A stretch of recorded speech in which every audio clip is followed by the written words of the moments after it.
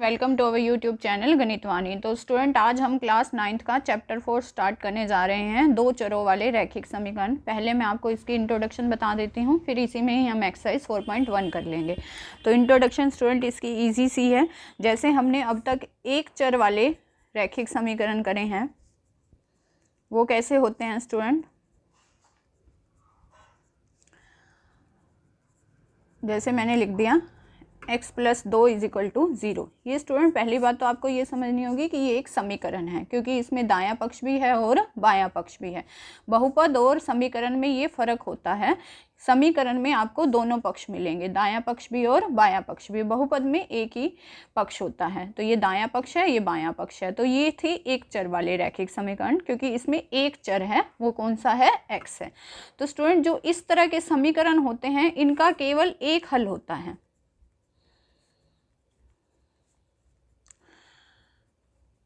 जैसे मैं इसका निकालूं x = +2, इधर आके क्या होगा? -2। इसका अब कोई और हल तो हो नहीं सकता, इसका क्या रहेगा? केवल एक हल। एक चर वाले जो समीकरण होते हैं उनका केवल एक हल होता है। जैसे मैं इस समीकरण को संख्या रेखा पे निरूपित करूं, यहाँ प्लस के आते हैं स्टूडेंट सारे, यहाँ इस तरफ माइनस के,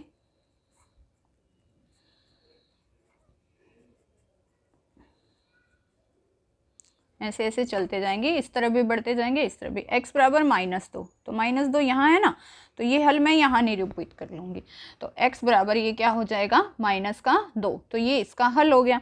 अब आपको रेखिक समीकरण में क्या चीज़ जो है वो ध्यान रखनी है, इस समीकरण के जो दोनों पक्ष होते हैं,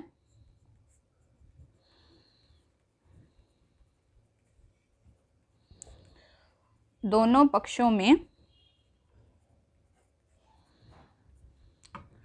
समान संख्या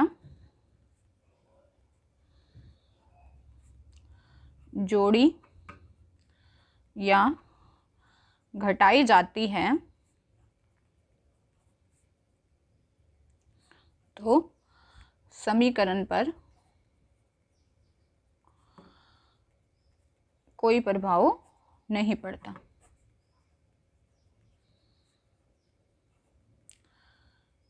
देखिए स्टूडेंट, जैसे ऊपर वाला ही है, मैंने x + 2 = 0 लिखा है। अब मैं इसमें दोनों तरफ समान संख्या जोड़ दूं, यहाँ भी मैंने 3 जोड़ दिया, यहाँ भी मैंने 3 जोड़ दिया, तो ऐसा मैं कर सकती हूँ। इससे इस पर कोई प्रभाव नहीं पड़ेगा। ये क्या हो गया? x + 2 और 3 5, और 0 और 3 3। यहाँ भी x का मान -2 आया, यहाँ से भी x का करो 3, प्लस का 5 इधर आके माइनस का 5, इससे भी x का मान कितना आएगा? -2। तो समीकरण के दोनों पक्षों में यदि समान संख्या जोड़ी या घटाई जाए तो समीकरण पर कोई प्रभाव नहीं पड़ता।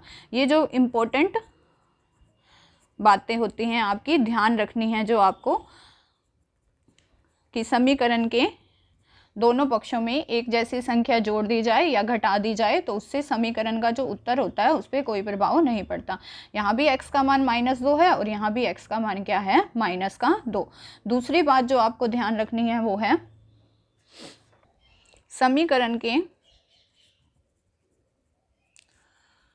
दोनों पक्षों को समान शून्येतर संख्या से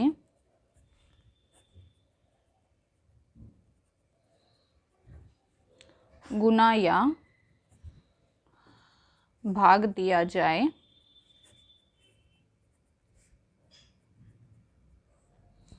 तो समीकरण पर कोई प्रभाव नहीं पड़ता।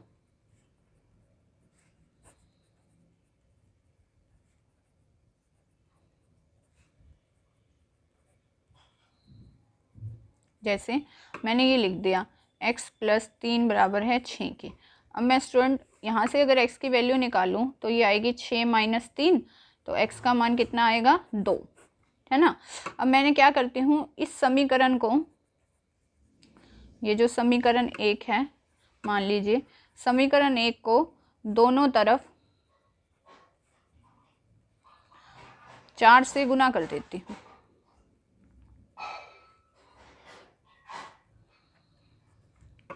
x + 3 × 4 और ये हो जाएगा 6 गुना 4। ये क्या हो गया 4x प्लस 12, 6 चौके 24, तो 4x हो गया 24 माइनस 12। 4x क्या हो गया 24 में से 12 जाएंगे 12, तो x का मान क्या हो गया 6 में से 3 जाएंगे 3, 12/4, 4 तिये 12। तो यहाँ भी देखिए स्टूडेंट x का मान 3 आया, यहाँ भी देखिए स्टूडेंट x का मान कितना आया 3। अगर हम समीकरण को एक जैसी संख्या से ही गुना कर देते हैं या भाग कर देते हैं तो उससे भी समीकरण पर कोई प्रभाव नहीं पड़ता। ये दोनों बातें जो हैं वो आपको क्या रखनी है, ध्यान रखनी है कि एक जैसी संख्या से गुना भी किया जा सकता है, भाग भी किया जा सकता है, और एक जैसी संख्या को जोड़ा भी जा सकता है और घटाया भी जा सकता है। अब जो हमारे चैप्टर का नाम है वो है दो चर वाले रैखिक समीकरण। तो दो चर वाले रैखिक समीकरण जो हैं स्टूडेंट वो हमारे पास कैसे होंगे, किस तरह से होंगे। जैसे दो चर वाले जो रैखिक समीकरण है स्टूडेंट उनका रूप होगा ax plus by plus c बराबर में 0। ax plus by plus c बराबर में 0।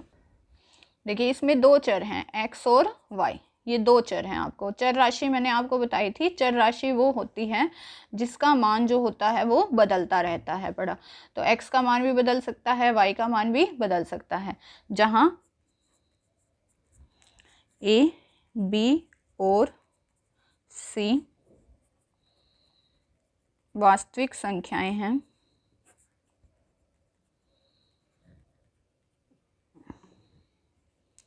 और a और b दोनों शून्य नहीं हैं। ये आपको ध्यान रखना है। a, b और c वास्तविक संख्याएं हैं और a भी 0 नहीं हो सकता, b भी 0 नहीं हो सकता। उसका कारण क्या है स्टूडेंट, अगर a 0 हो गया तो ये भी सारा 0, b 0 हो गया तो ये भी सारा 0, फिर आपके पास सिर्फ c बच जाएगा। फिर वो दो चर तो खत्म हो जाएंगे ना रैखिक समीकरण में। ये वाला ये भी 0 हो जाएगा, ये भी 0, c रह जाएगा आपके पास। ठीक है, तो आपको ये ध्यान रखना है कि a भी 0 नहीं हो सकता और b भी दोनों शून्य नहीं हो सकते, मतलब दोनों एक टाइम पे क्या शून्य नहीं हो सकते। ठीक है, a, b और c वास्तविक संख्याएं हैं और a और b दोनों शून्य नहीं हैं, तो उसको हम कहेंगे दो चर वाला रैखिक समीकरण। मतलब ये एक टाइम पे a और b दोनों 0 नहीं हो सकते, ये आपको ध्यान रखना है। दोनों शून्य का मतलब a और b इकट्ठे 0 जो है वो नहीं हो सकते। ठीक है स्टूडेंट, तो ये है हमारे पास इसकी इंट्रोडक्शन। अब मैं आपको कराती हूँ इसकी एक्सरसाइज 4.1। देखिए स्टूडेंट, एक्सरसाइज 4.1 का फर्स्ट क्वेश्चन है, एक नोटबुक की कीमत एक कलम की कीमत से दुगनी है। इस कथन को निरूपित करने के लिए दो चरों वाला रैखिक समीकरण लिखिए। बहुत इजी सा है, क्या दे रखा है, नोटबुक की कीमत जो है वो कलम की कीमत से क्या है, दुगनी है। तो आसान सा है, देखिए कैसे करते हैं। तो स्टूडेंट मान लीजिए, माना जो नोटबुक है, नोटबुक की कीमत है x रुपये और कलम की कीमत मान लीजिए है y रुपये। अब क्या दिया है, नोटबुक की कीमत, नोटबुक कितना है x, ये दिया है आपको, बस आपको इसको समीकरण में लिखना है। नोटबुक की कीमत क्या है x, ये दुगनी है कलम की कीमत से। कलम की कीमत क्या है y, x बराबर किसके हो गया 2y, या x प्लस का 2y इधर आके माइनस का 2y बराबर में क्या हो जाएंगे 0। नोटबुक की कीमत दुगनी है किससे, कलम से। x बराबर क्या है 2y प्लस का 2y इधर आके क्या हो गया माइनस का 2y बराबर में 0। ये दो चर वाला बन गया ना रैखिक समीकरण, एक चर इसमें x है और एक चर इसमें क्या है y, तो ये क्या हो गया दो चर वाला रैखिक समीकरण। अगला देखिए सेकंड क्वेश्चन। सेकंड क्वेश्चन में स्टूडेंट क्या है, ax plus by plus c बराबर 0 के रूप में जो ये समीकरण दिए हुए हैं इनको व्यक्त करना है और a, b और c का मान बताना है। तो स्टूडेंट आप देखिए, जो x के साथ गुणांक है वो a है, जो y के साथ गुणांक है वो b का मान है, और जिसके साथ कोई चर नहीं है वो किसका मान है c का। x के साथ a, y के साथ b और बाकी जो है c है पड़ा। तो आप इसको पहले इस तरह से लिख लीजिए, 2x प्लस 3y प्लस का ये इधर आके क्या हो जाएगा माइनस का हो जाएगा बराबर में 0। तो x के साथ वाला जो मान है वो किसका है a का, तो a यहाँ हो जाएगा 2।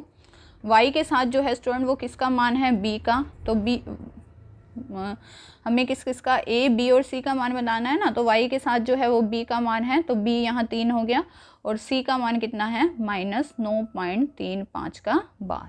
देखिए जो x के साथ है वो a का मान, जो y के साथ है वो b का मान, और ये किसका हो गया c का। हमने इसको इस तरह से लिख लिया पहले, ax plus by plus c, बस c जो है यहाँ किसका है पड़ा, माइनस का है पड़ा। सेकेंड पार्ट देखिए, इसमें देखिए student ax plus by plus c बराबर क्या है 0।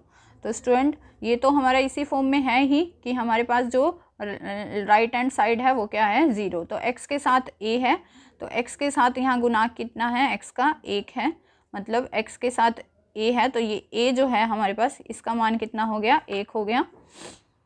जो y के साथ है वो क्या है b का मान, तो यहाँ पे हमारे पास स्टूडेंट b जो होगा वो कितना हो जाएगा -1/5, क्योंकि y के साथ क्या है -1/5, और c जो है स्टूडेंट इसका मान क्या हो जाएगा -10। बहुत इजी से सम है। इसमें देखिए तुलना कीजिए ax plus by plus c बराबर 0। तो यहाँ देखिए x के साथ a का मान है ना, तो यहाँ x के साथ क्या है -2, तो a की जगह आ गया -2, b की जगह कितना आ गया स्टूडेंट हमारे पास 3। पहले इसको बराबर 0 वाली फॉर्म में लिख लीजिए, -2x प्लस 3y प्लस का 6 इधर आके क्या होगा -6 बराबर में 0, और c का मान जो है स्टूडेंट वो हमारे पास कितना आ गया -6। a की जगह -2, b की जगह +3 और c की जगह -6। इसमें देखिए स्टूडेंट x प्लस का 3y इधर आके -3y बराबर में 0। हमने इसको कंपेयर करना है, किससे तुलना करनी है, ax plus by plus c बराबर 0। ये स्टूडेंट सिर्फ x नहीं है, ये एक डॉट x है, मतलब एक तो गुना हो ही रहा है इससे। तो यहाँ से स्टूडेंट a का मान कितना आ गया 1 आ गया, b का मान आपके पास -3 आ गया, और c जो है स्टूडेंट इसमें है नहीं, तो c का मान जो है स्टूडेंट हमारे पास यहाँ क्या आ जाएगा 0। इसमें देखिए 2x माइनस का 5y इधर आके प्लस का 5y बराबर में 0। a की जगह स्टूडेंट 2 आ गया, b की जगह स्टूडेंट 5 आ गया, और c वाला हमारे पास है नहीं, तो c की जगह स्टूडेंट क्या आ जाएगा 0। बहुत ही आसान सम है कि x का जो गुणांक है वो a का, जो y का है वो b का मान, और बाकी वाला किसका c का है। इसमें देखिए तुलना करिए, x की जगह a का मान 3। अब b वाला मान देखिए स्टूडेंट कौन सा होता था y, जिसमें चर क्या हो y वाला चर आपको नहीं दिख रहा, इसमें नहीं दिख रहा ना, तो यहाँ पे b का मान जो है वो स्टूडेंट आप कितना भरोगे 0। आपको ये याद रखना है कि b वाला क्या है हमारे पास, b वाला स्टूडेंट हमारे पास वो होगा जिसमें y होगा साथ, तो y वाला तो यहाँ है नहीं, तो यहाँ पे b का मान कितना आ गया 0, और बाकी जो है वो किसका मान होता है c का, तो c का मान कितना आ गया 2 आ गया। आगे 2 पार्ट देखिए इसके।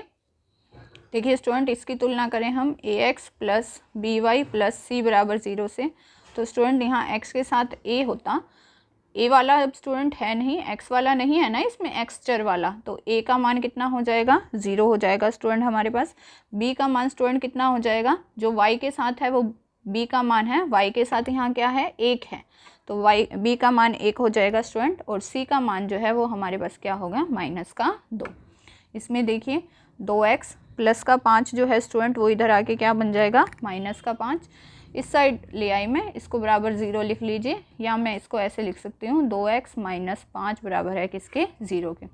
इसकी तुलना कीजिए आप ax plus by plus c बराबर 0 से, तो स्टूडेंट यहाँ पे a का मान कितना हो जाएगा आपके पास 2 हो जाएगा, y वाला नहीं है स्टूडेंट आपके पास, तो b का मान जो है स्टूडेंट वो आपके पास 0 हो जाएगा, और c का मान जो है स्टूडेंट वो आपके पास कितना हो जाएगा -5।